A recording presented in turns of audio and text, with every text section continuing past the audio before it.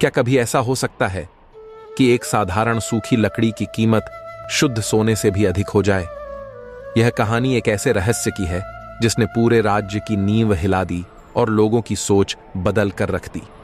यह कथा है एक साधारण लकड़हारे की, जिसकी मेहनत ने न केवल जंगल की लकड़ियां काटी, बल्कि उसकी किस्मत के बंद दरवाजों को भी खोल दिया। सोचिए, यदि एक गरीब आदमी के हाथ एक ऐसा पेड़ लग जाए जो जलने पर काला धुआं नहीं बल्कि चमकती हुई सोने जैसी राख दे, तो क्या होगा? अंत तक जुड़े रहिए, क्योंकि कर्म और भाग्य की यह लड़ाई रोमांच और सिहरन से भरी है। बहुत पुराने जमाने की बात है। हमारे देश के एक कोने में एक अत्यंत समृद्ध और शक्तिशाली राज्य था जिसका नाम था अनंतपुर।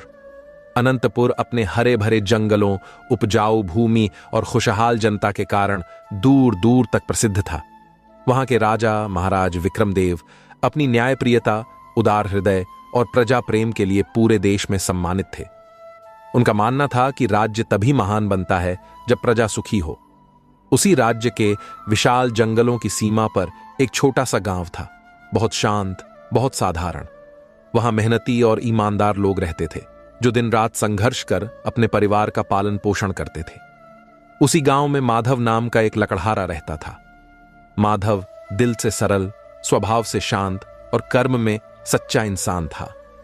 उसके पास न कोई बड़ी जमीन थी, न धन संपत्ति, बस एक पुरानी कुल्हाड़ी थी जो उसे उसके पिता ने अंतिम सांसों से पहले सौंप दी थी। हर सुबह सूरज निकलने से पहले माधव उठता, कुल्हाड़ी कंधे पर रखता और जंगल की ओर चल पड़ता। वह सूखी टहनियां और गिरी हुई लकड़ियां चुनकर उन्हें शहर के बाजार में बेचता और जो थोड़े बहुत सिक्के मिलते उससे घर का गुजारा चलता। उसके परिवार में पत्नी और 2 छोटे बच्चे थे। गरीबी इतनी थी कि कई रातें सिर्फ पानी पीकर कट जाती और कई बार बच्चों को भूख से रोते रोते नींद आ जाती। फिर भी माधव के चेहरे पर कभी शिकन नहीं दिखती थी। वह हमेशा मुस्कुराते हुए कहता, ईश्वर कभी किसी का बुरा नहीं करता। हर कठिनाई के पीछे कोई भलाई छिपी होती है। गांव वाले माधव की ईमानदारी और सादगी का बहुत सम्मान करते थे। उन्हें क्या पता था कि यही साधारण लकड़हारा एक दिन पूरे राज्य का भाग्य बदलने वाला है। माधव की एक खास आदत उसे बाकी लकड़हारों से अलग बनाती थी। वह कभी भी हरा भरा, फलदार या जीवित पेड़ नहीं काटता था, चाहे भूख से हालत कितनी भी खराब क्यों ना हो। उसका मानना था कि पेड़ों में भी प्राण होते हैं और बिना कारण काटना बड़ा पाप है। वह हमेशा सूखे हुए तने, टूटी टहनियां या गिरे हुए पेड़ ही चुनता। एक बार तीखी गर्मियों का मौसम था। तेज धूप से जंगल सूख चुका था और आग लगने का खतरा हमेशा बना रहता था।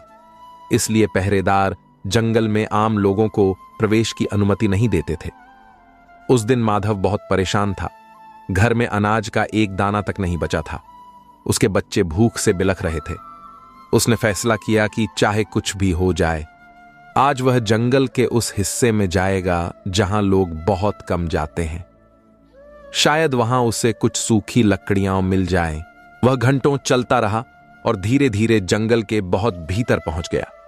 अचानक उसे एक विशाल पुराना सूखा पेड़ दिखाई दिया जो धरती पर गिरा हुआ था। माधव की आंखों में उम्मीद की चमक आ गई। उसने भगवान को धन्यवाद करते हुए कुल्हाड़ी उठाई और लकड़ियां काटने लगा। तभी उसे पास की झाड़ियों से कराहने की आवाज सुनाई दी।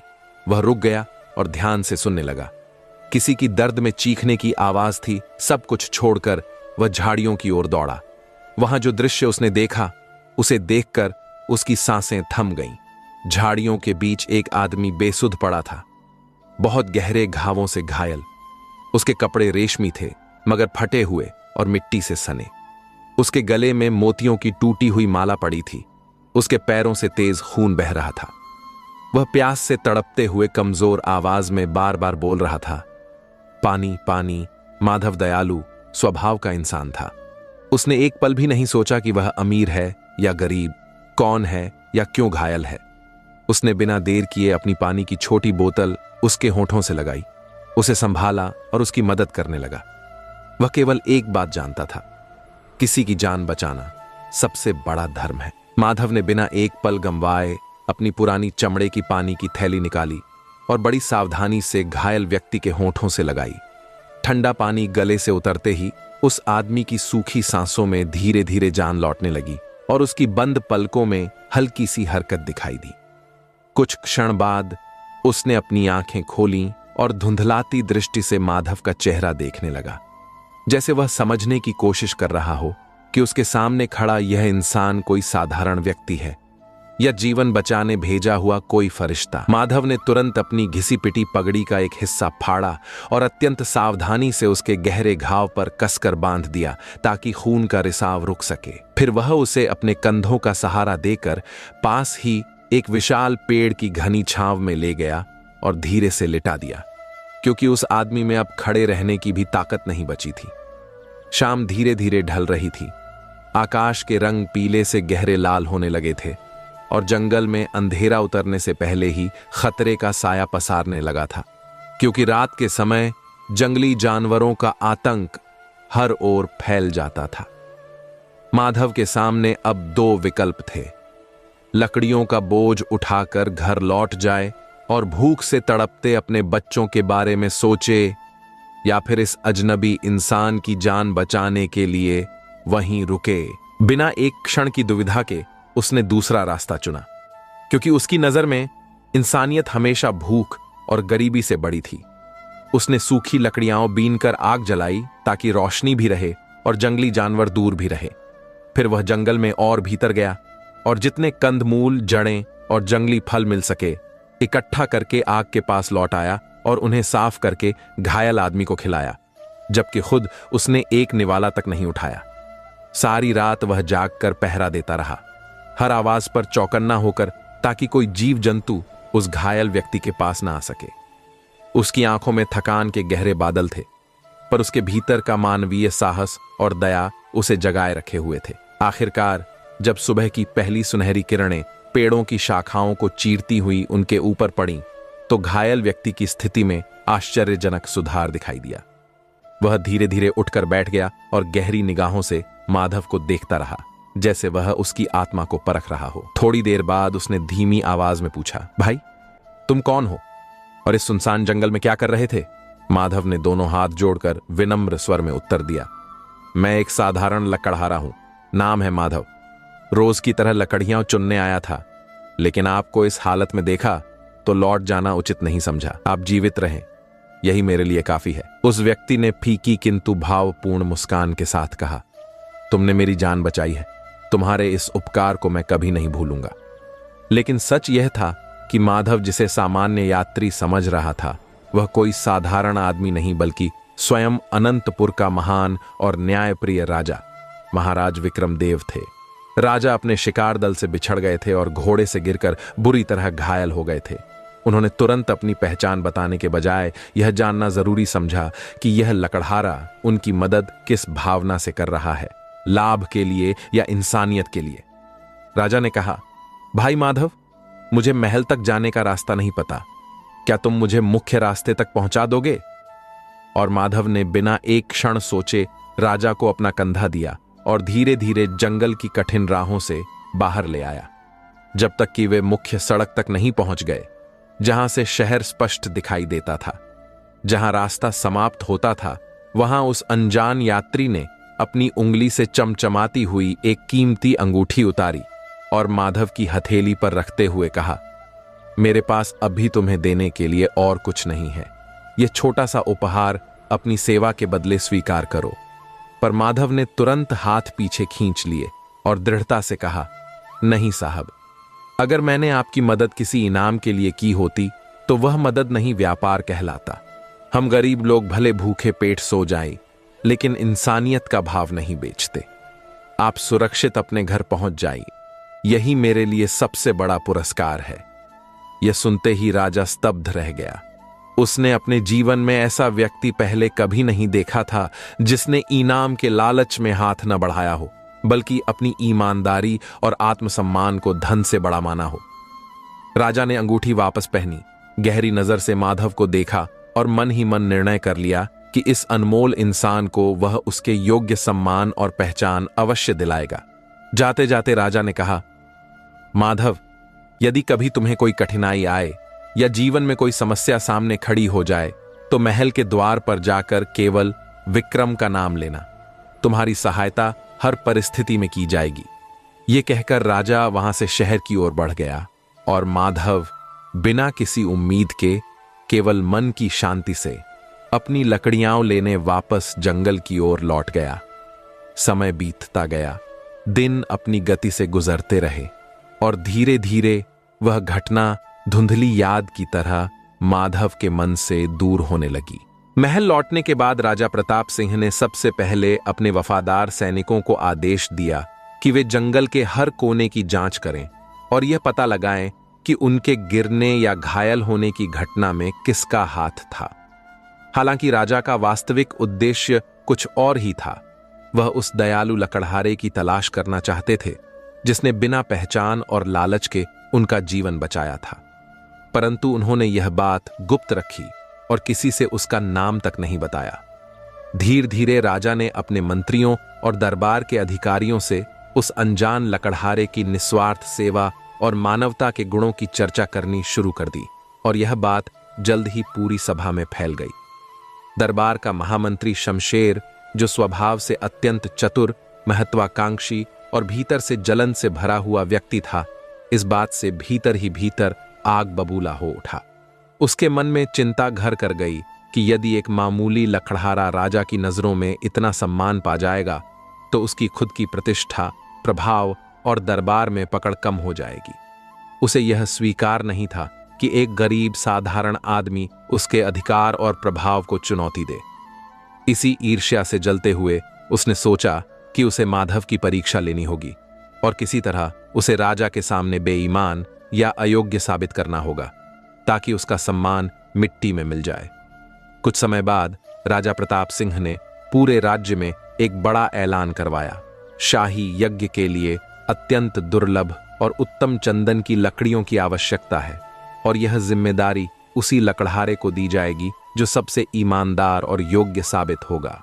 राजा चुप रहकर माधव को चुन सकते थे, परंतु उन्होंने न्यायप्रियता निभाते हुए एक खुली प्रतियोगिता आयोजित करने का निर्णय लिया ताकि पूरी प्रजा यह देख सके कि असली काबिलियत और सत्य की शक्ति किसके पास है। राजा के आदेश पर ढोल नगाड़ों के साथ पूरे गांव में घोषणा की गई कि जो लकड़हारा बिना किसी हरे पेड़ को नुकसान पहुंचाए केवल सूखी और सुगंधित चंदन की लकड़ी लाकर देगा, उसे राजमहल का शाही लकड़हारा घोषित किया जाएगा और जीवन भर महल से स्थायी वेतन दिया जाएगा। खबर सुनते ही पूरा गांव उत्साह और लालच से भर उठा। जो लोग पहले माधव का मजाक उड़ाते थे कि वह हमेशा सूखी लकड़ी चुनकर गरीब बना रहता है, वही अब कुल्हाड़ियां लेकर बिजली की गति से जंगल की ओर भाग निकले, जैसे धन का सोता फूटने वाला हो।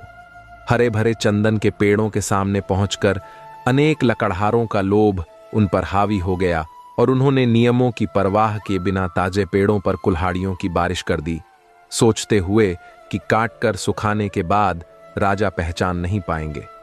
पर माधव का मन लालच से परे था। वह अपने रोजमर्रा के शांत स्थान पर पहुंचा जहां वर्षों से अकेले प्रकृति के साथ काम करता आया था। पूरे दिन उसने जंगल की पगडंडियों पर घूम घूम कर सूखी चंदन की तलाश की, पर कहीं कुछ नहीं मिला।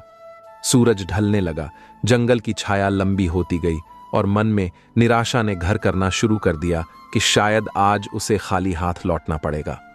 लेकिन तभी उसकी निगाह एक पुरानी झाड़ियों के नीचे दबे पड़े चंदन के विशाल तने पर पड़ी, जो शायद किसी तूफान में वर्षों पहले गिर गया था। वह लकड़ी गहरे सुनहरे रंग की थी, पूरी तरह सूख चुकी थी और उसमें से एक अद्भुत सुगंध उठ रही थी, जैसे उसमें जीवन का रहस्य छिपा हो। माधव की आंखों में आशा की चमक लौट आई और वह समझ गया कि यह वही लकड़ी है जिसकी तलाश राजा और पूरे राज्य को है। बिना देर किए उसने अपनी ताकत जुटाई, झाड़ियों को हटाया और उस विशाल तने को बड़ी मेहनत से अपने कंधों पर उठा लिया। भारीपन उसके शरीर को झुका रहा था, लेकिन उसके हृदय में भविष्य के बेहतर दिनों की एक मजबूत उम्मीद ने उसे खड़ा रखा। माधव जिस लकड़ी का बोझ लेकर चल रहा था वह इतना भारी था कि कई घंटों की यात्रा के बाद उसके कंधे बुरी तरह छिल गए थे और उन पर घाव तक बन गए थे, लेकिन इसके बावजूद उसने हार मानने का नाम नहीं लिया। रास्ता लंबा था, धूप तेज थी, शरीर थकान से कांप रहा था, पर उसके मन में एक ही विश्वास था यदि वह यह लकड़ी महल तक पहुंचा देगा तो शायद उसके परिवार की तकदीर बदल सकेगी। वह पसीने से भीगा हुआ, दर्द की हर धड़कन को सहते हुए धीमी मगर ठोस चाल से शहर की ओर बढ़ता गया। आखिरकार जब वह राजमहल के विशाल और भव्य फाटक तक पहुंचा तो उसके सामने का दृश्य देखकर वह एक पल के लिए ठिठक गया। वहां पहले से ही सैकड़ों लकड़हारे लंबी कतार में खड़े थे। हर किसी के पास बड़ी और चमचमाती लकड़ियों के ढेर थे। चारों ओर हलचल थी। लोग एक दूसरे से आगे निकलने की कोशिश कर रहे थे और एक अफसर ऊंची आवाज में नाम पुकार कर लकड़ियों की जांच करवा रहा था। उस भीड़ के ठीक बीच महामंत्री शमशेर स्वयं प्रत्येक लकड़ी का निरीक्षण कर रहा था। उसके चेहरे पर कठोरता और अहंकार दोनों साफ दिखाई देते थे। शमशेर जानता था कि राजा प्रताप सिंह आज किसी खास व्यक्ति पर ध्यान दे रहे हैं और उसका अंदाजा था कि वह व्यक्ति माधव ही है। यह बात उसके भीतर गहरी चुभन बनकर बैठी थी। ईर्ष्या और जलन से भरा शमशेर मन ही मन यही चाहता था कि किसी भी तरह माधव असफल हो जाए और बदनामी का पात्र बनकर लोगों के बीच से हटा दिया जाए। माधव अपनी बारी का इंतजार करते हुए चुपचाप खड़ा था कि अचानक शमशेर की नजर उस पर जा अटकी। उसने दबी हुई मुस्कान के साथ अपने एक सिपाही को आंखों से संकेत किया।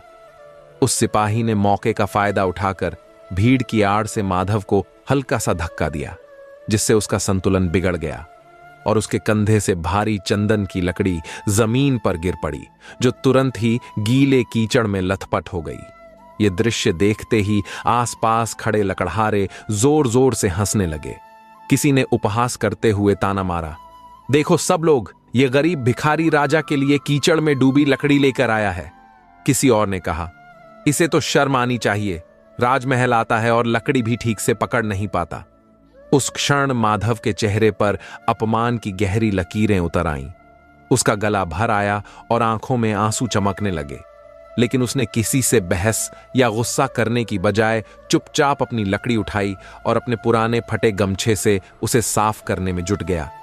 पर तभी अवसर का लाभ उठाते हुए शमशेर ने ऊंची आवाज में कहा, ए लकड़हारे, तू इतना नीच और मूर्ख है कि राजा के पवित्र हवन के लिए अपवित्र कीचड़ में सनी हुई लकड़ी लेकर आया है। यह अपराध है। तुझे यहां खड़े रहने का भी हक नहीं। तुरंत निकल जा यहां से। माधव कुछ कह पाता उससे पहले ही उसकी आंखें आंसू से भर गईं और वह अंदर से पूरी तरह टूटने को था। तभी अचानक राज दरबार का विशाल दरवाजा खुला और स्वयं महाराज प्रताप सिंह बाहर आए। हंगामा सुनकर उन्होंने कड़क आवाज में पूछा, यह शोर कैसा है? कौन अपमानित हो रहा है यहां? शमशेर तुरंत आगे बढ़ा और बात घुमाते हुए बोला, महाराज, यह लकड़हारा अत्यंत अधर्मी और लापरवाह है। यह कीचड़ में सनी हुई लकड़ी लेकर आया है जो हवन के योग्य नहीं। मैं इसे दंड देकर यहां से हटाने ही वाला था। राजा की नजर जब माधव के आंसुओं से भीगे चेहरे और उसके घायल कंधे पर पड़ी तो राजा प्रताप सिंह ने तुरंत उस पर ध्यान दिया। हालांकि उन्होंने किसी को बताया नहीं, लेकिन उन्होंने उसे तुरंत पहचान लिया कि वही माधव है जिसने जंगल में उनकी संकट की घड़ी में मदद की थी। राजा ने शांत और गंभीर स्वर में कहा, रुको महामंत्री, किसी व्यक्ति के वस्त्र या लकड़ी की बाहरी गंदगी देखकर उसके चरित्र या मूल्य का न्याय मत करो। लकड़ी को धोकर देखो कि वह भीतर से कैसी है। राजा के आदेश पर तुरंत पानी मंगाया गया। माधव के कांपते हाथों ने उस लकड़ी को पानी से धोया। जैसे ही कीचड़ हटने लगा और स्वच्छ सतह उभरने लगी, उसी क्षण चंदन की दिव्य और पवित्र सुगंध हवा में फैल गई। सुगंध इतनी तेज और मन को स्पर्श करने वाली थी कि पूरा प्रांगण उस महक से भर उठा। सभी लकड़हारे अवाक रह गए। उन्होंने समझ लिया कि यह साधारण लकड़ी नहीं, बल्कि सालों पुरानी दुर्लभ चंदन की सूखी लकड़ी थी। जबकि बाकी लकड़हारे जो हरी और कच्ची लकड़ियां काट कर लाए थे, उनमें न सुगंध थी, न गुण, न ही मूल्य।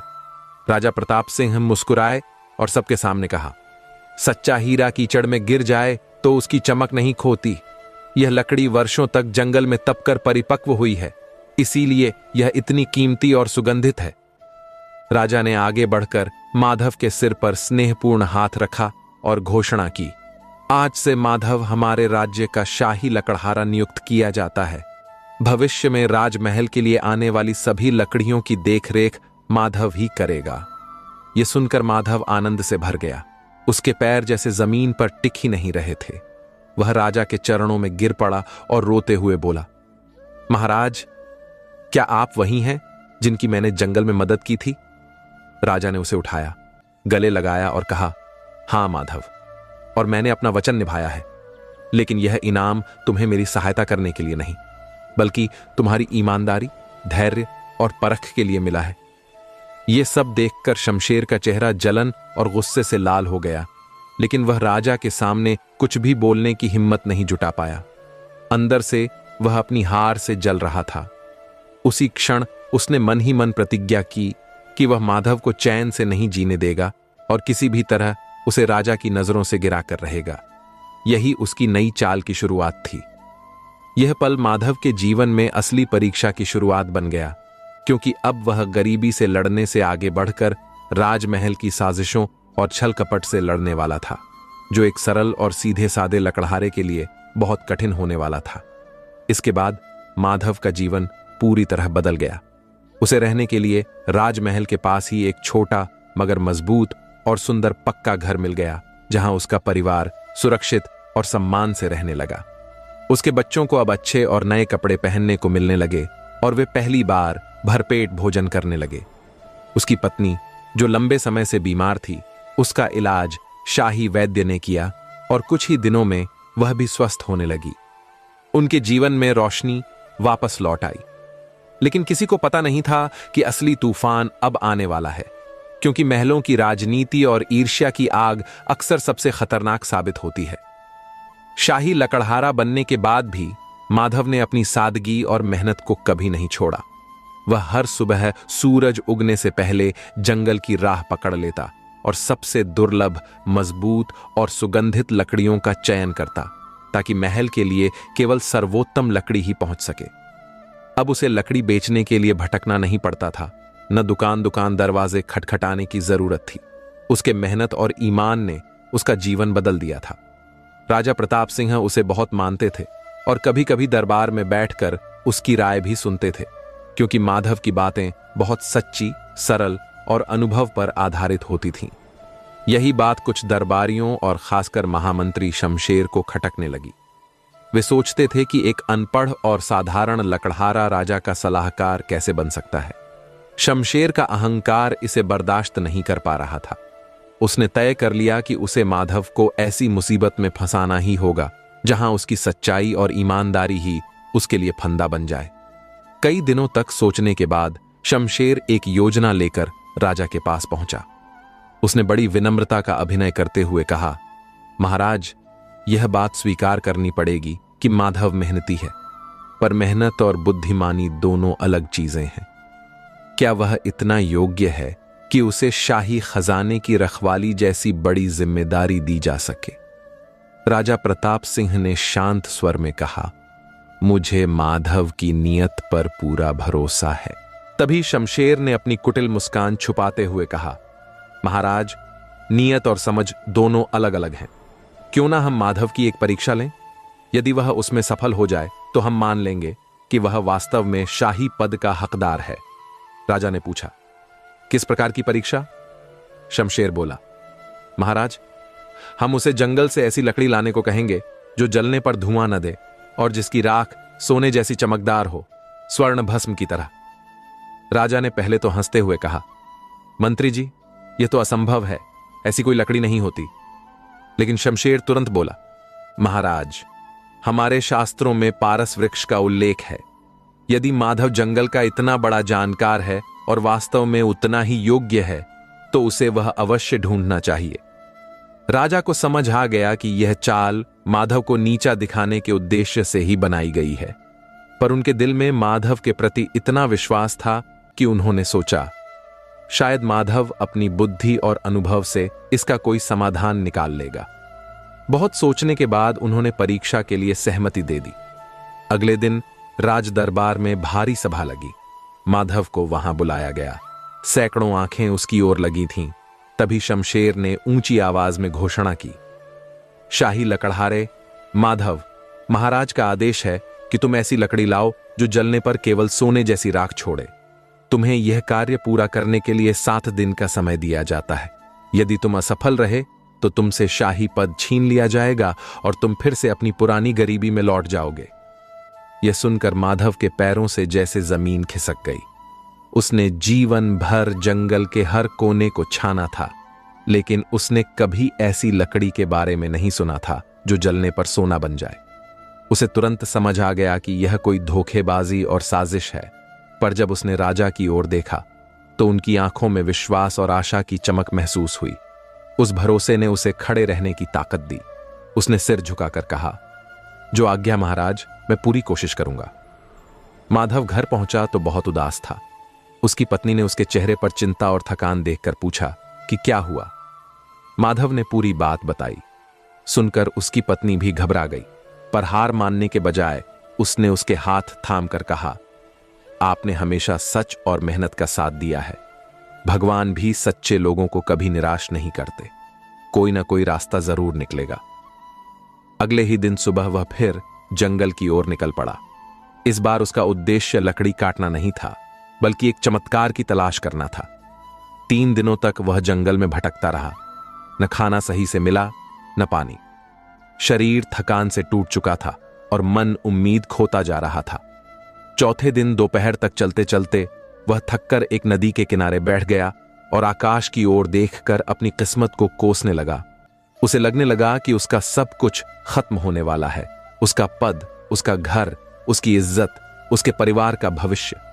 इसी निराशा के क्षण में अचानक नदी के पानी में हलचल हुई। उसने देखा कि एक बहुत वृद्ध साधु नदी से पानी भरने की कोशिश कर रहे थे, लेकिन उनका कमजोर शरीर उन्हें संभाल नहीं पा रहा था और पानी बार बार उनके पात्र से गिर जा रहा था। माधव अपनी परेशानी भूलकर तुरंत उस साधु के पास गया। उसने साधु के हाथ से कमंडल लिया, उसे साफ पानी से भरा और साधु के मुंह से लगा दिया। साधु ने पानी पिया और माधव को आशीर्वाद दिया। साधु ने माधव के चेहरे की उदासी पढ़ ली। उन्होंने पूछा कि बेटा, तुम किसी बहुत बड़ी दुविधा में लगते हो, क्या बात है? माधव ने उस साधु को सब कुछ सच सच बता दिया कि कैसे महामंत्री ने उसे असंभव कार्य दिया है। साधु ने ध्यान से सुना और जोर से हंसने लगे। साधु ने कहा कि बेटा, दुनिया में असंभव कुछ भी नहीं है, बस देखने का नजरिया चाहिए। वो मंत्री तुम्हें फंसाना चाहता है, लेकिन वो यह नहीं जानता कि प्रकृति अपने सच्चे भक्तों की रक्षा करती है। साधु ने अपनी झोली से कुछ बीज निकाले और माधव को दिए। साधु ने कहा कि माधव, जंगल के उत्तर दिशा में जाओ, वहां तुम्हें पीली मिट्टी वाली एक गुफा मिलेगी। इन बीजों को वहां डाल देना और जो भी पौधा निकले उसकी लकड़ी ले जाना, लेकिन याद रखना, लालच मत करना। यह कहकर साधु वहां से गायब हो गए, जैसे वे कभी वहां थे ही नहीं। माधव हैरान रह गया। उसे लगा कि यह शायद उसका भ्रम है, लेकिन उसके हाथ में वे बीज असली थे। माधव उन जादुई बीजों को अपनी मुट्ठी में भी कर खड़ा था। उसके मन में हजारों सवाल थे, लेकिन उस साधु की आंखों में जो चमक थी, उस पर उसे भरोसा हो गया था। उसने गहरी सांस ली और उत्तर दिशा की ओर कदम बढ़ा दिए। जंगल का यह उत्तरी हिस्सा बहुत ही डरावना और सुनसान था। यहाँ के पेड़ इतने घने थे कि दिन के समय भी सूरज की रोशनी जमीन तक नहीं पहुंच पाती थी। चारों तरफ सिर्फ सन्नाटा था, जो कभी कभी जंगली जानवरों की आवाजों से टूट जाता था। माधव को डर लग रहा था, लेकिन उसके सामने अपने बच्चों के भूखे चेहरे और राजा का भरोसा था, जिसने उसे हिम्मत दी। रास्ता बहुत उबड़ खाबड़ था। कहीं नुकीले पत्थर थे तो कहीं कंटीली झाड़ियां, जिन्होंने माधव के पैरों को लहूलुहान कर दिया था। लेकिन वो रुका नहीं। वो जानता था कि उसके पास सिर्फ 7 दिन है और उनमें से 3 दिन वो पहले ही जंगल में भटकने में बिता चुका है। अब उसके पास समय बहुत कम था। चलते चलते शाम हो गई और अंधेरा गहराने लगा। माधव ने एक ऊंचे पेड़ पर चढ़कर रात बिताने का फैसला किया, क्योंकि जमीन पर सोना खतरे से खाली नहीं था। उस रात उसे नींद नहीं आई। वह बस आसमान के तारों को देखता रहा और प्रार्थना करता रहा कि हे ईश्वर, मेरी लाज रख लेना। यह लड़ाई अब सिर्फ एक लकड़ी की नहीं, बल्कि सच और झूठ के बीच की थी। उधर राजमहल में महामंत्री शमशेर अपनी जीत के लिए पूरी तरह आश्वस्त था। वो अपने कक्ष में बैठा मदिरा पी रहा था और अपने खास आदमियों के साथ योजना बना रहा था। उसके दो सबसे भरोसेमंद सैनिक थे, कालिया और शेरा। ये दोनों बहुत ही क्रूर और ताकतवर थे। शमशेर ने उनसे कहा कि मुझे नहीं लगता कि वो लकड़हारा कोई जादुई लकड़ी ला पाएगा, लेकिन मैं कोई जोखिम नहीं लेना चाहता। तुम दोनों चुपके से जंगल जाओ और उस माधव पर नजर रखो। अगर उसे कुछ मिल भी जाए तो उसे वहीं खत्म कर देना और वह चीज लेकर मेरे पास आ जाना। राजा को हम कह देंगे कि माधव जंगल के जानवरों का शिकार हो गया। कालिया और शेरा ने तलवारें उठाई और घोड़ों पर सवार होकर जंगल की ओर निकल पड़े। वे जानते थे कि माधव कहां कहां जा सकता है। शमशेर की यह चाल बहुत खतरनाक थी। वो सिर्फ माधव को हराना नहीं चाहता था, बल्कि उसे हमेशा के लिए रास्ते से हटाना चाहता था, ताकि भविष्य में कोई भी गरीब आदमी राजा के करीब ना आ सके। शमशेर को लगता था कि राजकाज सिर्फ अमीरों और ताकतवर लोगों का हक है और माधव जैसे लोग सिर्फ सेवा करने के लिए बने हैं। अगली सुबह सूरज की पहली सुनहरी किरण जैसे ही धरती पर पड़ी, माधव फिर से अपने लंबे सफर पर निकल पड़ा। उसके मन में केवल एक ही उद्देश्य था, उस रहस्यमयी पीली मिट्टी वाली गुफा को ढूंढना जिसके बारे में साधु ने उसे बताया था। वह पूरे उत्साह के साथ घने जंगलों और पत्थरीले रास्तों को पार करता हुआ आगे बढ़ता रहा। दोपहर का समय होते होते जंगल के बीच अचानक उसे एक ऊंची पहाड़ी दिखाई दी, जिसकी मिट्टी अजीब तरह से हल्दी जैसी पीली चमक ली हुई थी। उस दृश्य ने माधव का हृदय उत्साह और आशा से भर दिया। वह बिना रुके दौड़ता हुआ पहाड़ी के पास पहुंचा। वहां घनी झाड़ियों के पीछे उसे एक छोटी सी गुफा छिपी हुई दिखाई दी, जिसकी गहराइयों से ठंडी हवा लगातार बाहर आ रही थी, जैसे भीतर कोई रहस्य सांस ले रहा हो। माधव ने बिना समय गंवाए गुफा के सामने की जमीन को साफ किया और अपनी कुल्हाड़ी से थोड़ी खुदाई की। फिर उसने साधु द्वारा दिए गए चमत्कारी बीज उस पीली मिट्टी में सावधानी से दबा दिए। लेकिन वास्तविक चिंता तब सामने आई जब उसे महसूस हुआ कि आसपास कहीं भी पानी का स्रोत नहीं था, न नदी, न तालाब, न कोई झरना। वह बेचैन होकर इधर उधर देखने लगा, क्योंकि बीजों के अंकुरित होने के लिए पानी अत्यंत आवश्यक था। तभी उसे याद आया कि पहाड़ी की चोटी से एक बहुत पतली जलधारा बहती है, जिसे उसने पहले कभी दूर से देखा था। उसने अपनी जान जोखिम में डालकर ऊंची और फिसलन भरी चढ़ाई शुरू की। बड़े संघर्ष के बाद वह पहाड़ी के शीर्ष तक पहुंचा और अपनी छागल में पतली धार से पानी भरा। अपनी सांसें संभालते हुए वह वापस नीचे लौटा और तुरंत उस पानी को बीजों वाली मिट्टी पर डाल दिया। इसके बाद वह जमीन पर बैठ गया, दोनों हाथ जोड़कर और मन में अनगिनत सवालों के साथ। क्या इस पेड़ को उगने में वर्षों लगेंगे? यदि ऐसा था तो फिर साधु ने यह काम अभी क्यों सौंपा? अचानक धरती जैसे हलचल करने लगी, मिट्टी थरथराने लगी और उस कंपन ने माधव को चौंका दिया। देखते ही देखते जमीन फट गई और एक नन्हा सा पौधा बाहर निकल आया। लेकिन वह साधारण पौधा नहीं था। उसका तना चमकते हुए शुद्ध सोने जैसा था और उसकी पत्तियां चांदी की तरह दमक रही थीं। माधव अविश्वास और चमत्कार के मिश्रण से स्तब्ध रह गया। उस पौधे की बढ़ने की गति अद्भुत थी। शाम ढलते ढलते वह पौधा एक छोटे लेकिन बेहद खूबसूरत वृक्ष का रूप ले चुका था। प्रकृति की यह अद्भुत लीला थी या साधु की तपस्या का प्रभाव? माधव यह निर्णय नहीं कर पा रहा था, लेकिन उसे पूरा विश्वास हो गया कि यह वही स्वर्ण वृक्ष है जिसके अस्तित्व की कथा केवल कहानियों में सुनाई जाती थी। हवा की हलचल से उसकी शाखाएं जब हिलती, तब उनसे किसी खनकती हुई धातु जैसी मधुर झंझनाहट पैदा होती थी, जैसे बहुत सारे सोने के सिक्के आपस में टकरा रहे हों। माधव ने वृक्ष के सामने सिर झुकाकर प्रणाम किया और मन ही मन क्षमा मांगी कि उसे इस दिव्य वृक्ष की एक शाखा काटनी पड़ेगी। उसने बहुत ही सावधानी से अपनी कुल्हाड़ी उठाई और उस शाखा को चुना जो देखने में थोड़ी सूखी सी प्रतीत हो रही थी। जैसे ही कुल्हाड़ी शाखा में धंसी, लकड़ी के भीतर से लाल रंग नहीं बल्कि द्रव सुनहरे रंग का गाढ़ा रस धीरे धीरे बाहर बहने लगा। माधव ने आश्चर्य में डूबी आंखों से उस शाखा को देखा और फिर उसे कपड़े में कसकर लपेट लिया।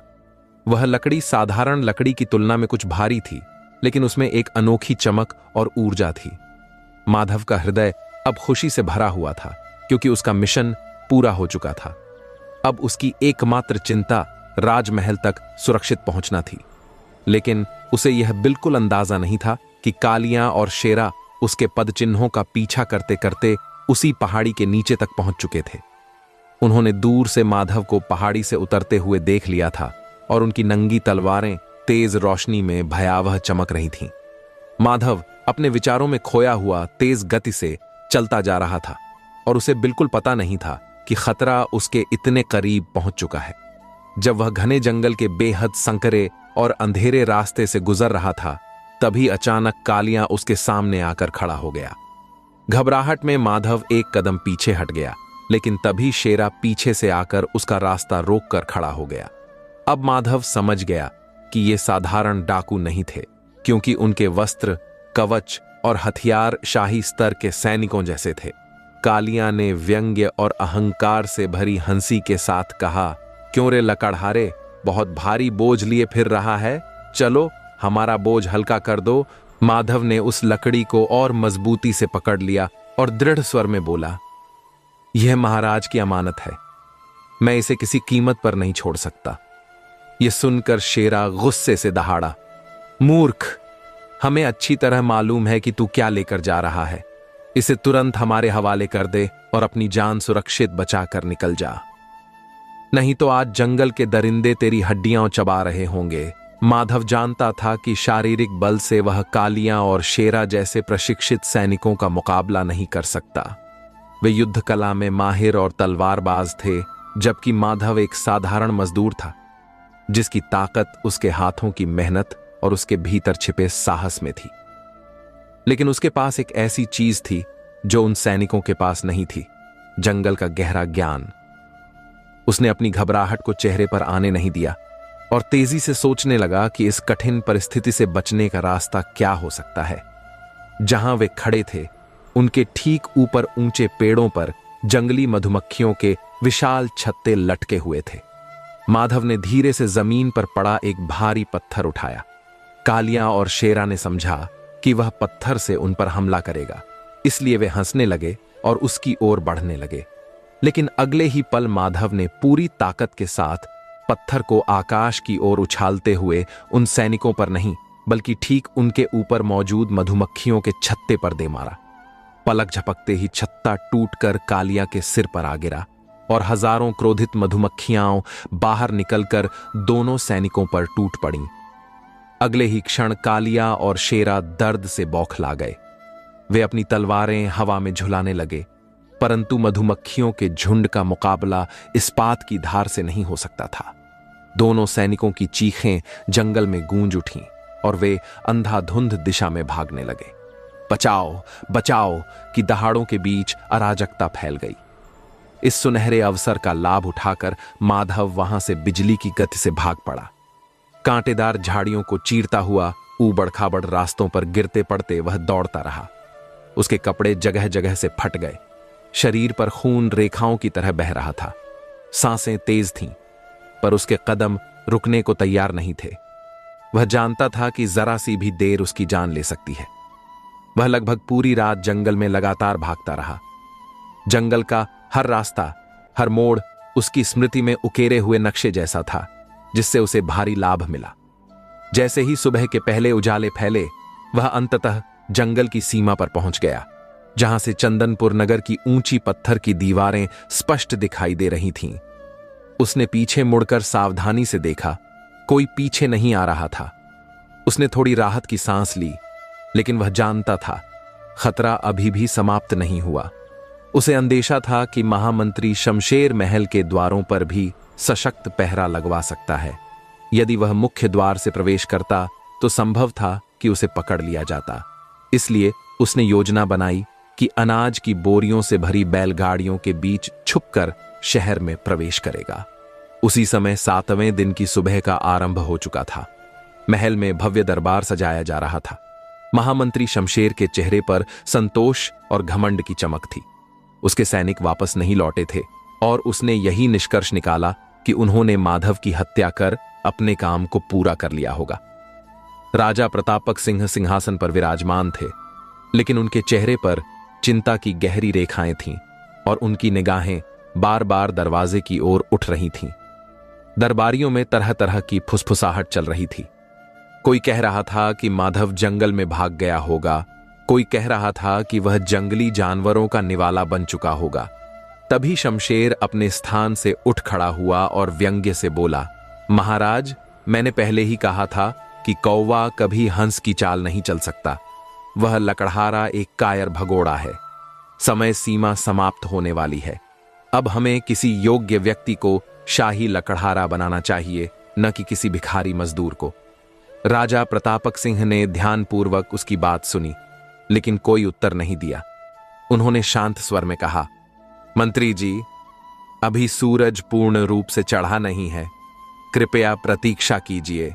शमशेर मन ही मन उपहासपूर्ण मुस्कान के साथ खुद पर गर्व कर रहा था और सोच रहा था कि राजा व्यर्थ की आशाओं में जी रहे हैं। तभी अचानक दरबार के बाहर शोर सुनाई देने लगा। पहरेदारों ने ऊंची आवाज में घोषणा की कि कोई व्यक्ति दरबार में प्रवेश करना चाहता है। सबकी निगाहें दरवाजे की ओर मुड़ गईं और अगले ही पल एक धूल सने फटे कपड़ों वाला व्यक्ति हॉल में प्रवेश करता दिखाई दिया। वह माधव था।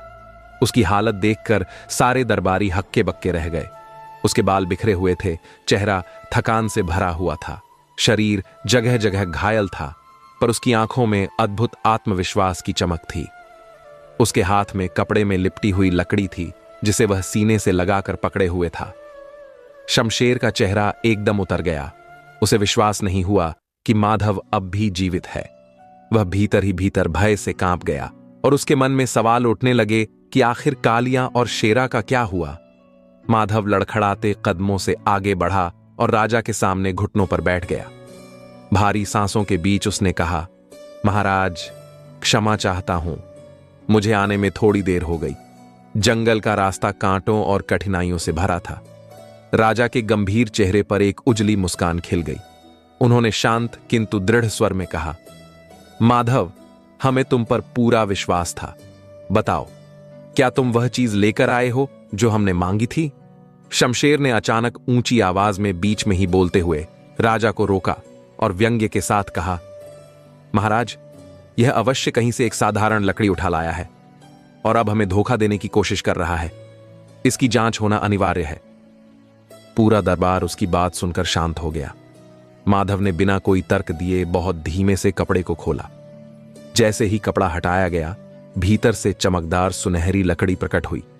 उसे देखते ही पूरा सभागृह स्तब्ध रह गया। वह लकड़ी ऐसी दिख रही थी मानो किसी कलाकार ने सोने की धातु को तराशकर उसे लकड़ी का आकार दे दिया हो।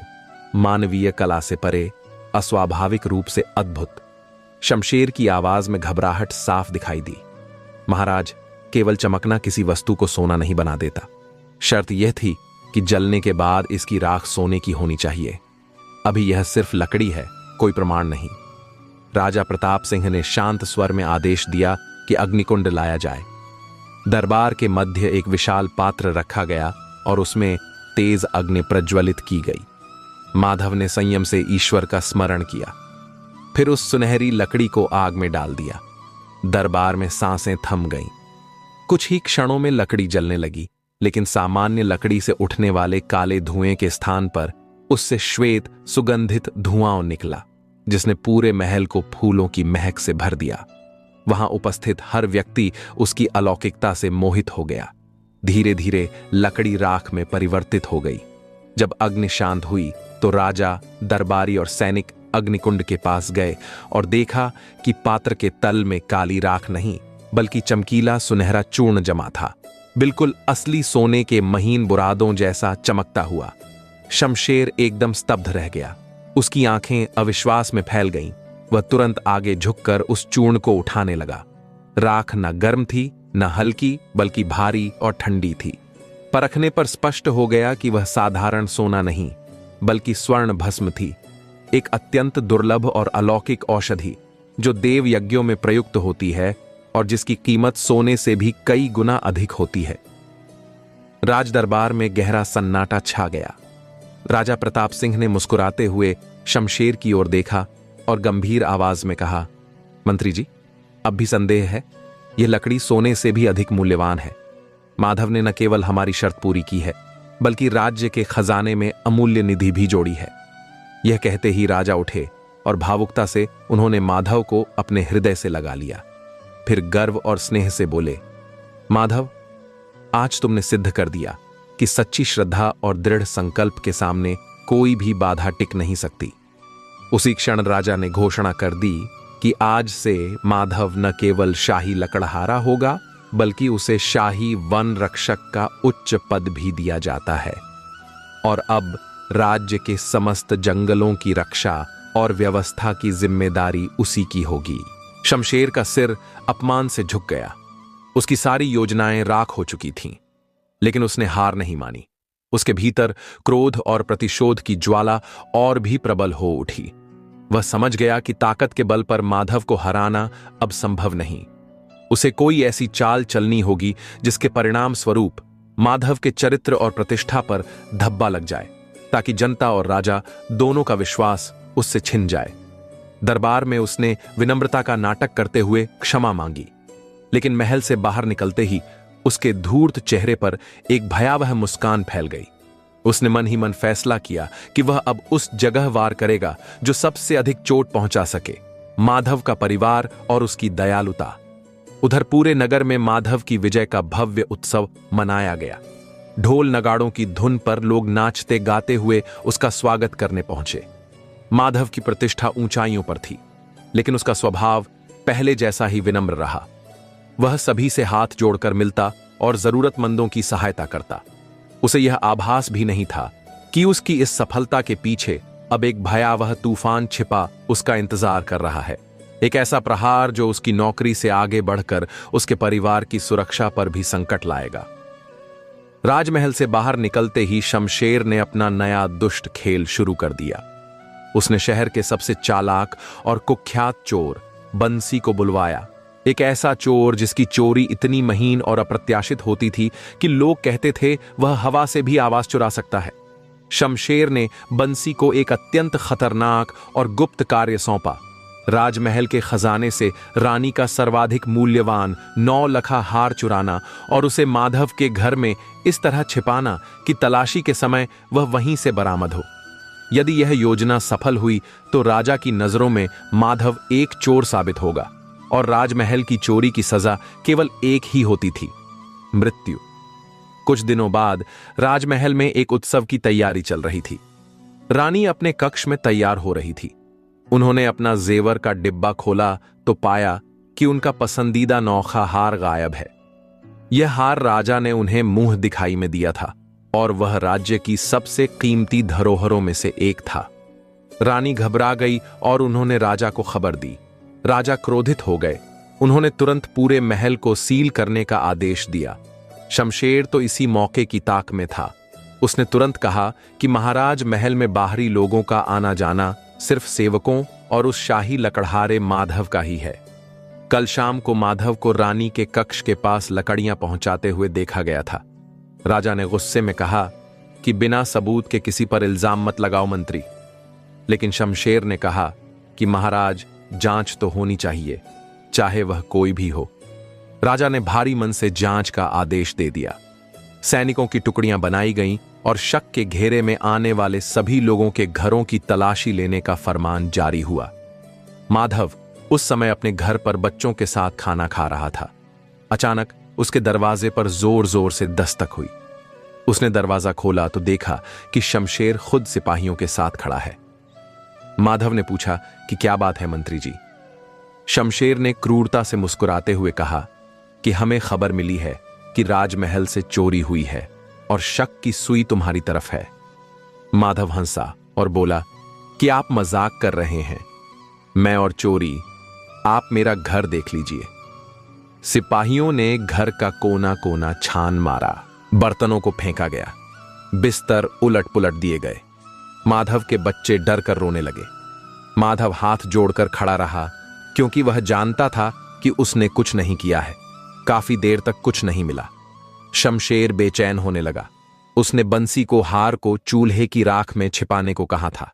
शमशेर ने सिपाहियों से कहा कि उस चूल्हे को देखो। सिपाही ने जैसे ही चूल्हे की राख कुरेदी, उसमें से कुछ चमका। माधव की सांस अटक गई। सिपाही ने राख के ढेर से वो जगमगाता हुआ नौखा हार बाहर निकाला। उसे देखते ही माधव के पैरों तले जमीन खिसक गई। उसकी पत्नी चीख मारकर रो पड़ी। माधव चिल्लाया कि यह झूठ है, मैंने यह नहीं किया, यह जरूर किसी ने रखा है। लेकिन शमशेर ने उसकी एक ना सुनी। उसने जोर से तमाचा माधव के गाल पर मारा और कहा कि ढोंगी राजा के भरोसे का यह सिला दिया तूने।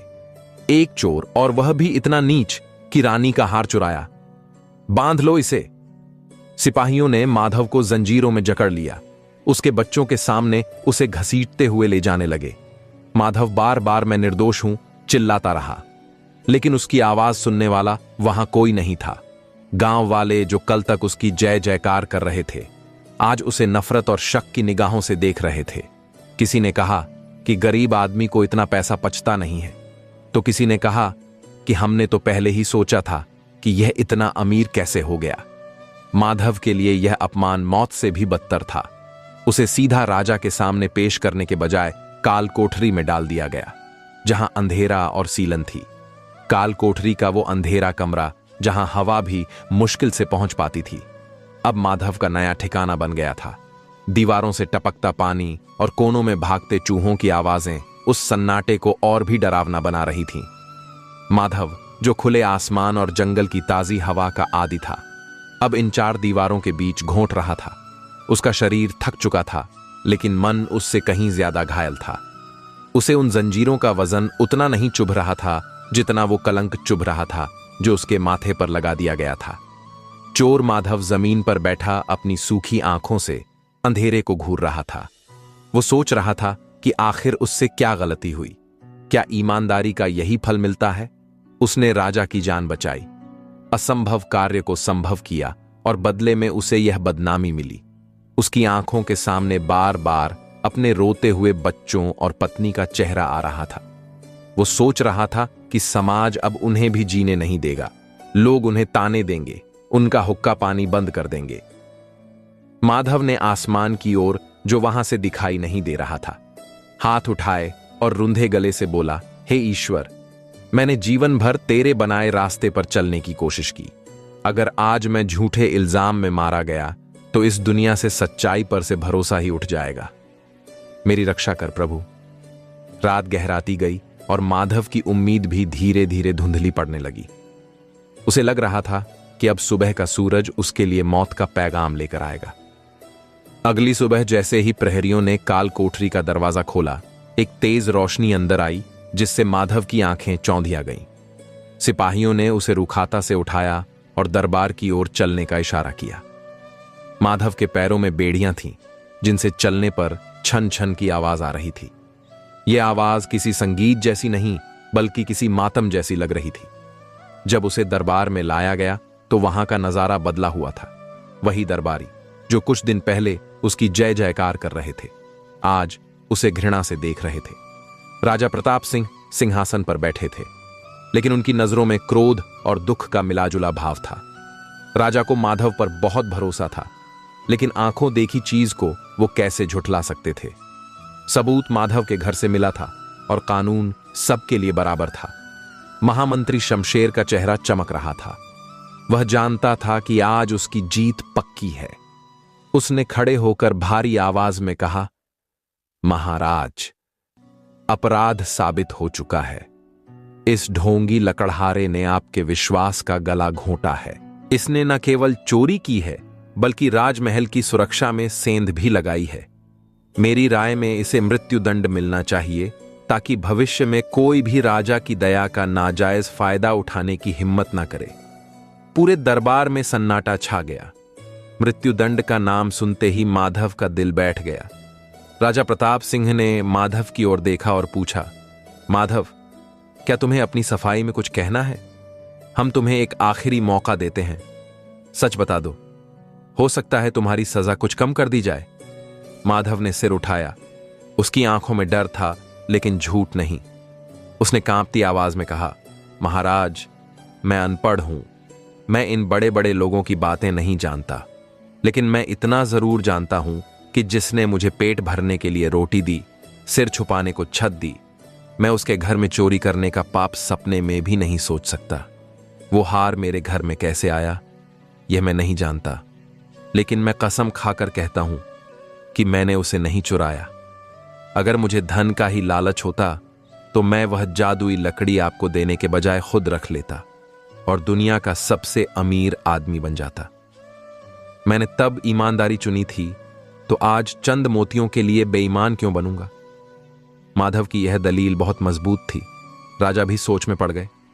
यह बात सच थी कि माधव के पास अमीर बनने के कई मौके थे, फिर उसने एक हार के लिए इतना बड़ा जोखिम क्यों उठाया होगा? शमशेर ने राजा के चेहरे पर आते हुए असमंजस को देख लिया। उसने तुरंत पंतरा बदलते हुए कहा, महाराज, लालच इंसान की बुद्धि भ्रष्ट कर देता है। हो सकता है कि पहले यह ईमानदार रहा हो, लेकिन महल की चकाचौंध देखकर इसका मन डोल गया हो, और रही बात हार की, तो वह इसके चूल्हे की राख में मिला है। क्या राख झूठ बोलेगी? क्या सिपाही झूठ बोलेंगे? राजा प्रताप सिंह धर्म संकट में फंस गए।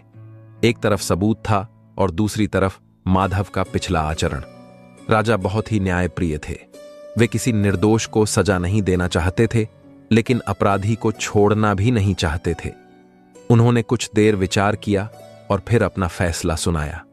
राजा ने कहा, क्योंकि मामला गंभीर है और सबूत माधव के खिलाफ हैं, लेकिन माधव की पिछली सेवाओं को देखते हुए हम इसे तुरंत मृत्युदंड नहीं देंगे। हम इसे 3 दिन का समय देते हैं। इन 3 दिनों तक माधव काल कोठरी में ही रहेगा। अगर इन 3 दिनों में इसकी बेगुनाही का कोई सबूत नहीं मिला तो चौथे दिन इसे फांसी दे दी जाएगी। शमशेर इस फैसले से पूरी तरह खुश तो नहीं था, क्योंकि वो तुरंत सजा चाहता था, लेकिन उसे लगा कि 3 दिन में माधव क्या ही कर लेगा, वो तो जेल में बंद है। शमशेर ने कुटिल मुस्कान के साथ सिर झुका लिया। माधव को वापस काल कोठरी में डाल दिया गया, लेकिन इस बार राजा के मन में एक खटक थी।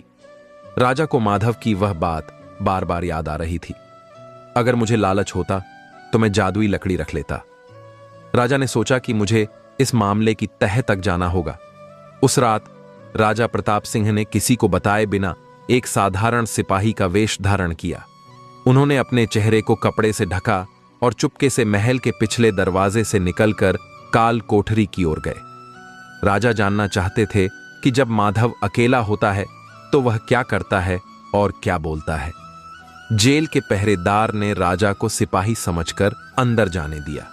राजा अंधेरे में छिपकर माधव की कोठरी के पास खड़े हो गए। अंदर से माधव की सिसकियों की आवाज आ रही थी। वो अपने आप से बातें कर रहा था। हे प्रभु, मेरे बच्चों का क्या होगा? मेरी पत्नी तो वैसे ही बीमार रहती है। ये कैसा न्याय है? मैंने उस हार को देखा तक नहीं था। वो तो राख के नीचे दबा था। राख! अचानक माधव चुप हो गया, जैसे उसे कोई बात याद आ गई हो। राजा ने कान लगाकर सुना। माधव जोर से बड़बड़ाया, राख! हां, राख ठंडी थी। राजा समझ नहीं पाए कि माधव क्या कह रहा है। वे धीरे से कोठरी के ओर करीब गए और अपनी भारी आवाज बदलकर पूछा, ए कैदी, क्या बड़बड़ा रहा है? कौन सी राख? माधव ने उस सिपाही राजा को देखा और उसे लगा कि शायद यह कोई भला प्रहरी है। माधव ने कहा, सिपाही भैया, जब मंत्री जी ने मेरे घर की तलाशी ली तो मेरी पत्नी खाना बना चुकी थी। चूल्हा बुझ चुका था, लेकिन राख गर्म होनी चाहिए थी। अगर वो हार खाना बनाते समय या उससे पहले वहां छुपाया गया होता तो उस हार का धागा जल गया होता और मोती काले पड़ गए होते। लेकिन जब सिपाही ने हार निकाला तो वह बिल्कुल चमचमा रहा था और उसका धागा भी सलामत था। इसका मतलब है कि वो हार चूल्हे में तब डाला गया जब आग पूरी तरह बुझ चुकी थी और राख ठंडी हो गई थी। और ऐसा तो तभी हो सकता है जब सिपाही मेरे घर में घुसे, उसी के आसपास किसी ने वो हार वहां रखा हो। राजा ने यह सुना तो उनके दिमाग की बत्ती जल गई। यह एक बहुत ही बारीक लेकिन महत्वपूर्ण बात थी। अगर हार सचमुच चोरी करके छिपाया गया होता तो वह जल जाता या पिघल जाता।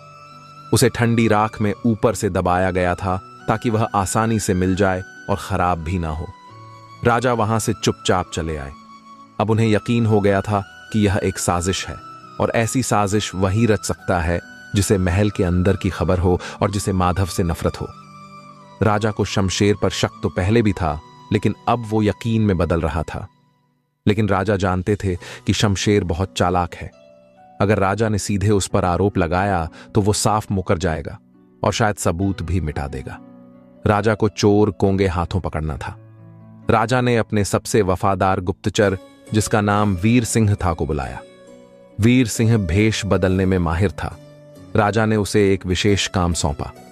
राजा ने कहा, वीर सिंह, तुम्हें पता लगाना है कि पिछले 2 दिनों में महामंत्री शमशेर किससे मिला है और शहर में ऐसा कौन सा चोर है जो इतनी सफाई से राजमहल में चोरी कर सकता है।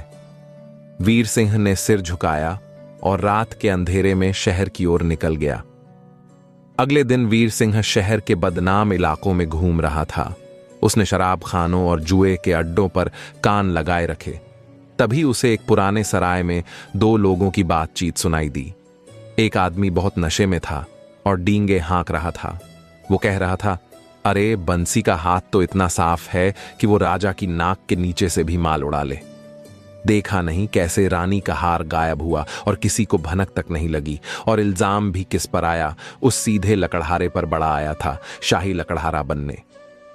वीर सिंह समझ गया कि उसे उसका आदमी मिल गया। वह बंसी नाम का चोर था। वीर सिंह ने चतुराई से उस नशे में धुत आदमी से बंसी का ठिकाना उगलवा लिया। बंसी शहर के बाहरी इलाके में एक पुरानी झोपड़ी में छिपा हुआ था। वीर सिंह ने तुरंत राजा को खबर दी। राजा ने आदेश दिया कि बंसी को गिरफ्तार ना किया जाए, बल्कि उस पर नजर रखी जाए। राजा एक खेल खेलना चाहते थे जिससे शमशेर खुद अपना जुर्म कबूल कर ले। योजना के अनुसार अगले दिन दरबार में राजा ने एक नाटक रचा। उन्होंने शमशेर को बुलाया और बहुत ही चिंतित स्वर में कहा, महामंत्री जी, मुझे कल रात एक सपना आया। हमारे कुल देवता ने मुझसे कहा कि माधव निर्दोष है और असली चोर महल के आसपास ही है। कुल देवता ने कहा है कि अगर हमने एक निर्दोष को मारा तो हमारा राज्य नष्ट हो जाएगा। शमशेर यह सुनकर थोड़ा घबराया, लेकिन उसने बात संभाली। महाराज, यह सब वहम है, सबूत झूठ नहीं बोलते। राजा ने कहा, हो सकता है, लेकिन मैं रिस्क नहीं ले सकता। इसलिए मैंने एक तांत्रिक को बुलाया है। वो अपनी जादुई शक्तियों से असली चोर का पता लगाएगा। आज शाम को महल के प्रांगण में एक जादुई कढ़ाई रखी जाएगी। महल के हर कर्मचारी और मंत्री को उस कढ़ाई में हाथ डालना होगा। वो कढ़ाई एक विशेष मंत्र से अभिमंत्रित होगी। जो निर्दोष होगा उसका हाथ सुरक्षित रहेगा, लेकिन जिसने चोरी की है या चोरी करवाई है उसका हाथ कढ़ाई में जाते ही जलकर भस्म हो जाएगा। यह घोषणा सुनकर शमशेर के पसीने छूट गए। वो अंधविश्वासी तो नहीं था, लेकिन जादुई और तांत्रिक जैसी बातों ने उसके मन में डर पैदा कर दिया। उसे लगा कि कहीं सच में ऐसा कुछ हो गया तो, या फिर राजा को सब पता तो नहीं चल गया। वो दरबार से निकलकर सीधा अपने कक्ष में गया। वो बहुत बेचैन था। उसे लगा कि उसे बंसी से बात करनी चाहिए और उसे शहर से दूर भेज देना चाहिए, ताकि अगर वह पकड़ा भी जाए तो शमशेर का नाम ना ले। रात के अंधेरे में शमशेर बंसी की झोपड़ी की तरफ गया। वो यह नहीं जानता था कि वीर सिंह और उसके साथी वहां पहले से ही घात लगाए बैठे हैं। बंसी अपनी झोपड़ी में बैठा शमशेर के दिए हुए इनाम के पैसों को गिन रहा था। शमशेर ने अंदर घुसते ही कहा, अबेर मूर्ख, तू अभी तक यहीं है? राजा को शक हो गया है। वह तांत्रिक बुलवा रहा है। अगर तू पकड़ा गया तो मेरी भी जान जाएगी। ये ले और पैसे, और आज रात ही यह राज्य छोड़कर भाग जा। बंसी ने हंसते हुए कहा, अरे मंत्री जी, आप तो डर गए। मैंने काम इतनी सफाई से किया था कि कोई माई का लाल मुझे नहीं पकड़ सकता। और वह हार, वह तो मैंने आपके कहने पर ही उस लकड़हारे के घर रखा था। अभी बंसी यह बोल ही रहा था कि झोपड़ी का दरवाजा टूटा और सैनिक अंदर घुस आए। उनके साथ खुद राजा प्रताप सिंह थे। शमशेर और बंसी दोनों के चेहरों से रंग उड़ गया। शमशेर तो कांपने लगा। उसके मुंह से आवाज ही नहीं निकल रही थी। राजा ने शमशेर को घृणा से देखा और कहा, शमशेर, मुझे तुमसे यह उम्मीद नहीं थी। एक लकड़हारे से ईर्ष्या में तुम इतने गिर गए कि तुमने राजद्रोह कर दिया। तुमने न केवल एक निर्दोष को फंसाया, बल्कि रानी के आभूषण चुराकर राज्य की गरिमा भी गिराई। शमशेर राजा के पैलों में गिर पड़ा और गिड़गिड़ाने लगा, महाराज, मुझसे गलती हो गई, मुझे माफ कर दें। यह सब मेरी जलन की वजह से हुआ। लेकिन राजा का चेहरा सख्त था। उन्होंने सैनिकों को आदेश दिया, इन दोनों को गिरफ्तार कर लो। बंसी को चोरी की सजा मिलेगी और शमशेर को राजद्रोह और षड्यंत्र की। अगली सुबह जिस दरबार में माधव को मौत की सजा मिलने वाली थी, वहां का मंजर कुछ और ही था। माधव को सहसम्मान जेल से लाया गया, लेकिन इस बार उसके हाथों में बेड़ियां नहीं थीं। उसे नहला धुलाकर नए वस्त्र पहनाए गए थे। दूसरी तरफ शमशेर और बंसी को जंजीरों में जकड़कर खड़ा किया गया था। राजा ने भरी सभा पूरी सच्चाई बताई। उन्होंने बताया कि कैसे माधव की ठंडी राख वाली बात ने उन्हें सही दिशा दिखाई और कैसे शमशेर के अपने ही पाप ने उसे फंसा दिया। शमशेर राजा के पैरों में गिर पड़ा और गिड़गिड़ाने लगा, महाराज, मुझसे गलती हो गई, मुझे माफ कर दें। यह सब मेरी जलन की वजह से हुआ। लेकिन राजा का चेहरा सख्त था। उन्होंने सैनिकों को आदेश दिया, इन दोनों को गिरफ्तार कर लो। बंसी को चोरी की सजा मिलेगी और शमशेर को राजद्रोह और षड्यंत्र की। अगली सुबह जिस दरबार में माधव को मौत की सजा मिलने वाली थी, वहां का मंजर कुछ और ही था। माधव को ससम्मान जेल से लाया गया, लेकिन इस बार उसके हाथों में बेड़ियां नहीं थीं। उसे नहला धुलाकर नए वस्त्र पहनाए गए थे। दूसरी तरफ शमशेर और बंसी को जंजीरों में जकड़कर खड़ा किया गया था। राजा ने भरी सभा में पूरी सच्चाई बताई। उन्होंने बताया कि कैसे माधव की ठंडी राख वाली बात ने उन्हें सही दिशा दिखाई और कैसे शमशेर के अपने ही पाप ने उसे फंसा दिया। राजा ने माधव को अपने पास बुलाया और कहा, माधव, हमें क्षमा कर दो। हमारी आंखों पर सबूतों का पर्दा पड़ गया था। तुम न केवल ईमानदार हो बल्कि बुद्धिमान भी हो। तुमने जेल में रहकर भी हार नहीं मानी और अपनी सूझबूझ से सच्चाई को सामने लाया। माधव की आंखों में आंसू थे। उसने हाथ जोड़कर कहा, महाराज, सत्य परेशान हो सकता है लेकिन पराजित नहीं। मुझे खुशी है कि मेरा विश्वास नहीं टूटा। राजा ने अपना फैसला सुनाया। शमशेर से उसकी सारी संपत्ति जब्त कर ली गई और उसे तथा बंसी को 10 साल के कठोर कारावास की सजा सुनाई गई। और माधव राजा ने कहा, माधव, तुमने जो कष्ट सहा है उसकी भरपाई तो नहीं हो सकती, लेकिन हम तुम्हें सम्मान देना चाहते हैं। आज से तुम केवल शाही लक्कड़हारा या वन रक्षक नहीं रहोगे। आज से तुम हमारे प्रधान वन मंत्री बनोगे। वनों की रक्षा और उससे जुड़े फैसले अब तुम लोगे। यह सुनकर माधव सन्न रह गया। एक साधारण लकड़हारा अब राज्य का मंत्री बनने वाला था। यह उसकी कल्पना से भी परे था। पूरे दरबार ने तालियों की गड़गड़ाहट से माधव का स्वागत किया। गांव के लोग जो कल तक उसे बुरा भला कह रहे थे, अब अपनी गलती पर शर्मिंदा थे और माधव की जय जयकार कर रहे थे। माधव का जीवन पूरी तरह बदल गया। उसने मंत्री बनने के बाद भी अपनी सादगी नहीं छोड़ी। वह अब भी कभी कभी जंगल जाता, पेड़ों को छूता और उनसे बातें करता। उसने राज्य में वनों को बचाने के लिए कई कड़ी नियम बनाए। उसने गरीबों को लकड़ियां आसानी से मिले इसके लिए व्यवस्था की। उसने चंदनपुर को और भी हरा भरा बना दिया।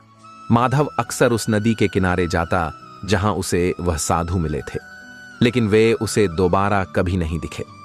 माधव समझ गया कि वे कोई साधारण साधु नहीं बल्कि ईश्वर का ही कोई रूप थे जो उसकी परीक्षा लेने आए थे। माधव ने अपने बच्चों को भी यही सिखाया कि चाहे कितनी भी मुश्किलें आए, सच्चाई का रास्ता कभी मत छोड़ना, क्योंकि अंत में जीत उसी की होती है।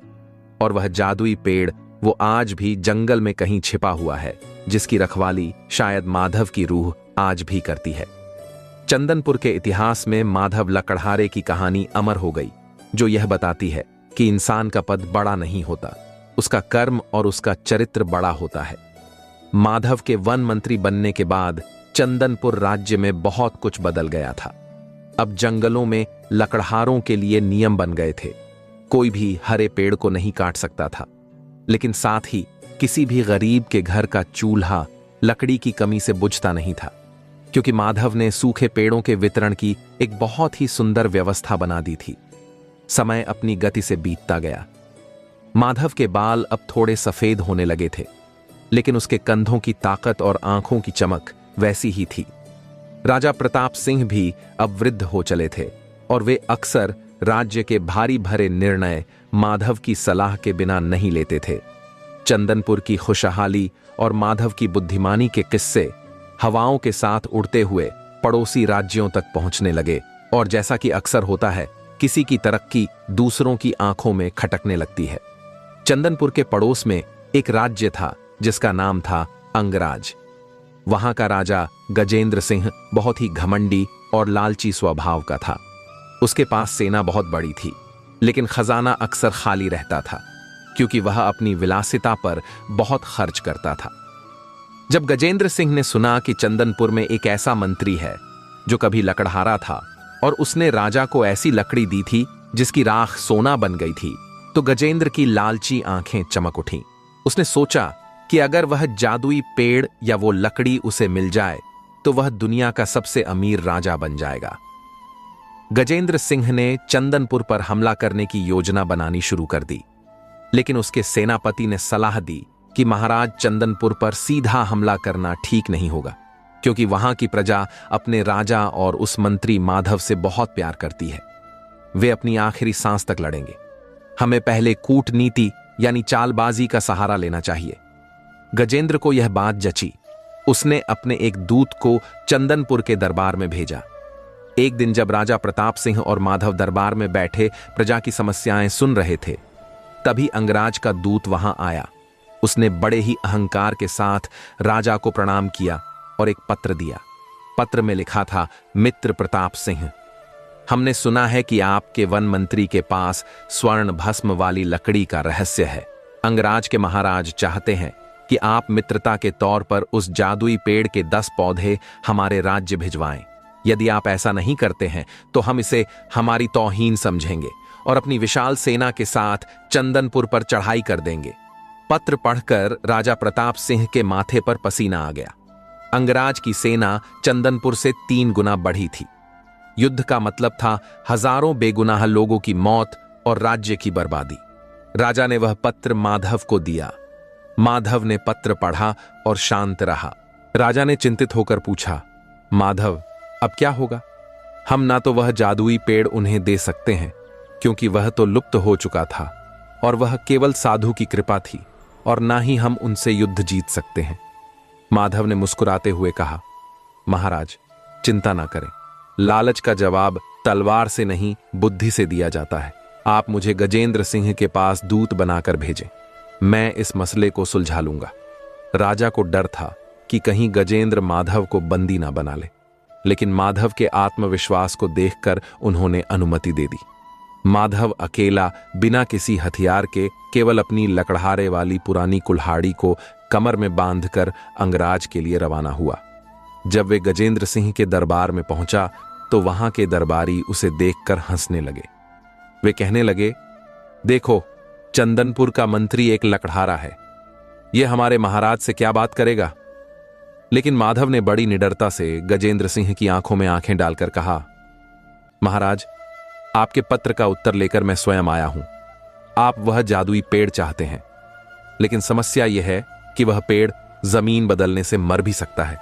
उसे उगाने की एक विशेष विधि है जो केवल मैं जानता हूं। गजेंद्र सिंह लालच में अंधा हो गया। उसने कहा, तो बताओ वो विधि, हम तुम्हें मुंह मांगा इनाम देंगे। माधव ने कहा, महाराज, वह न्याय वृक्ष है।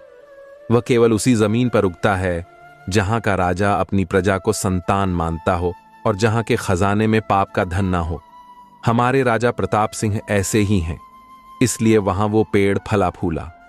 मुझे यकीन है कि आप भी महान राजा हैं, लेकिन पेड़ लगाने से पहले हमें यह परखना होगा कि क्या आपकी जमीन उस पेड़ को स्वीकार करेगी। गजेंद्र सिंह अपने अहंकार में बोला, मेरी जमीन दुनिया की सबसे उपजाऊ जमीन है, तुम बस बीज दो। माधव ने अपनी झोली से कुछ साधारण जंगली बबूल के बीज निकाले जो वो रास्ते से लाया था और कहा, महाराज, यह रहे उस स्वर्ण वृक्ष के बीज, लेकिन इसकी एक शर्त है।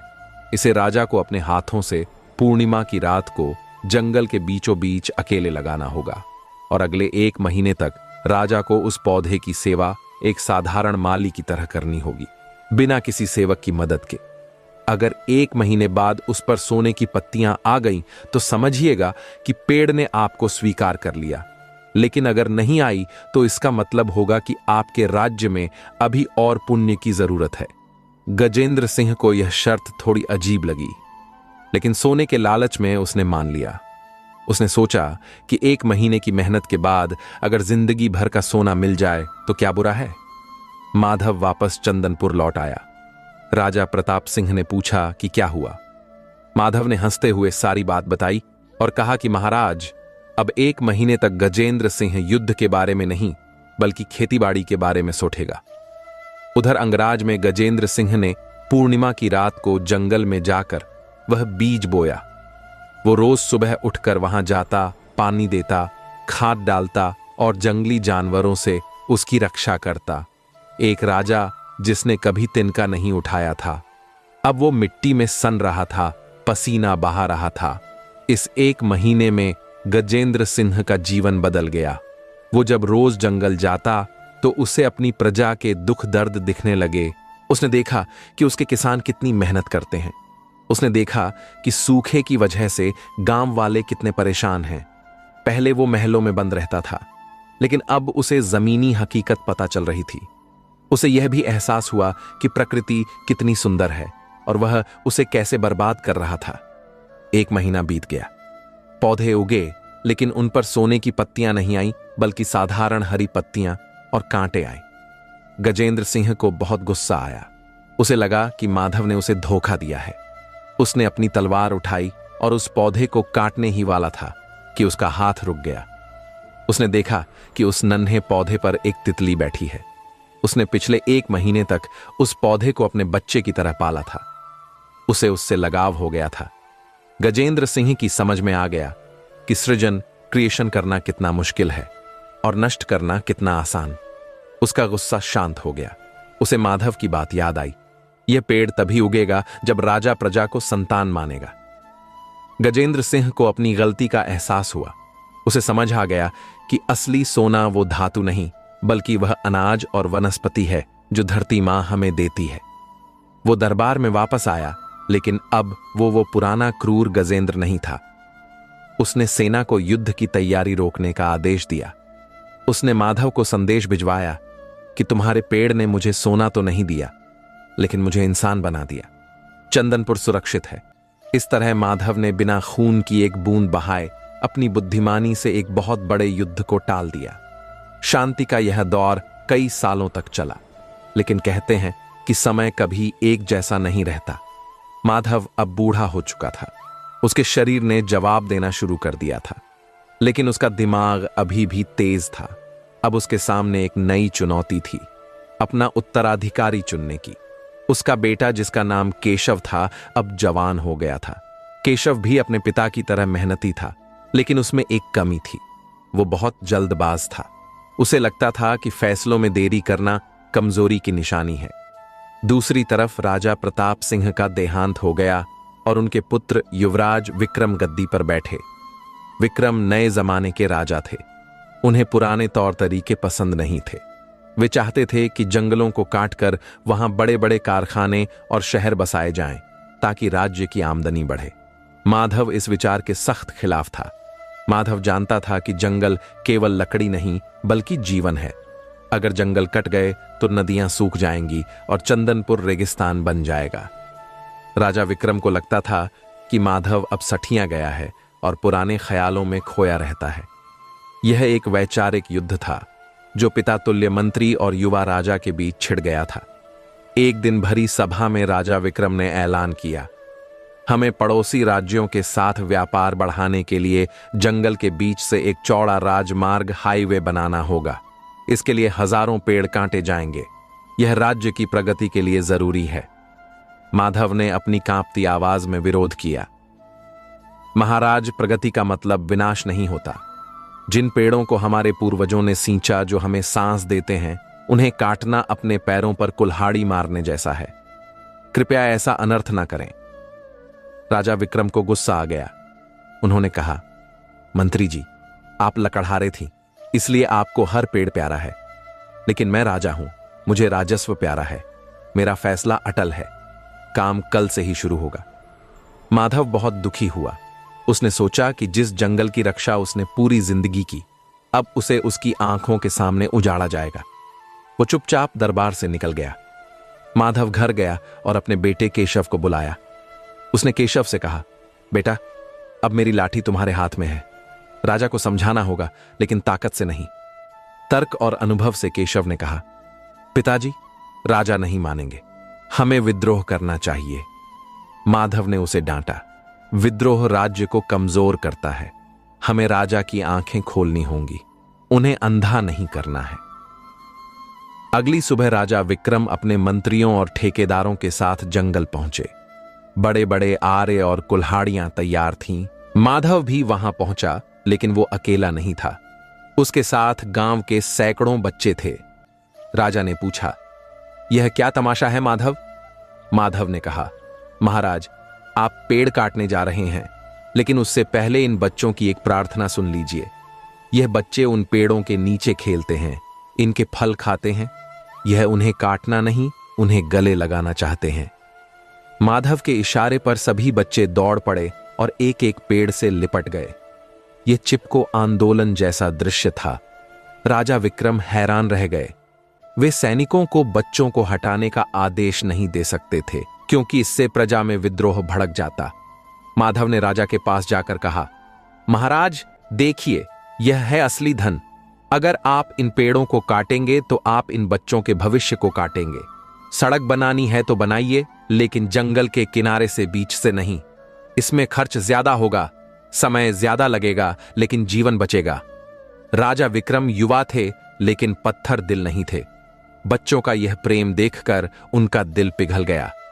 उन्हें अपने पिता प्रताप सिंह की बातें याद आईं कि माधव की सलाह कभी गलत नहीं होती। राजा ने अपनी तलवार मन में रखी और कहा, ठीक है माधव काका, मैं हार गया। जंगल नहीं कटेगा, हम दूसरा रास्ता अपनाएंगे। उस दिन माधव ने एक बार फिर साबित कर दिया कि एक लकड़हारा महलों में रहने वाले राजाओं से ज्यादा दूरदर्शी हो सकता है।